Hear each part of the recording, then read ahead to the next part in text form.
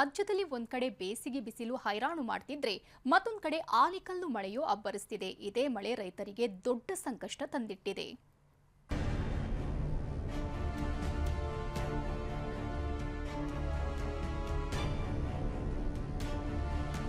ಜಮ್ಮು ಕಾಶ್ಮೀರದಂತಾದ ಬಿಸಿಲ ನಾಡು ಕಲಬುರ್ಗಿ.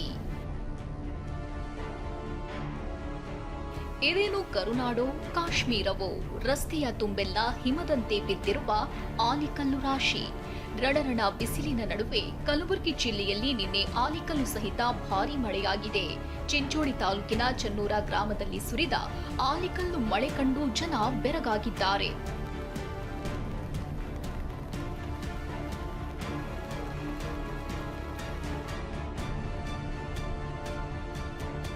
ಕಟಾವಿಗೆ ಬಂದಿದ್ದ ಲಕ್ಷಾಂತರ ಮೌಲ್ಯದ ದ್ರಾಕ್ಷಿ ಹಾಳು.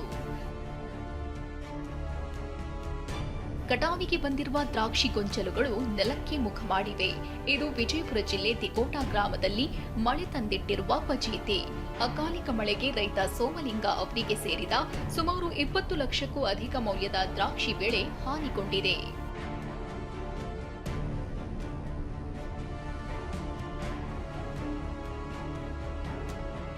ಗಾಳಿ ಮಳೆಯಿಂದಾಗಿ ನೆಲಕಚ್ಚಿದ ರಾಗಿ ಬೆಳೆ.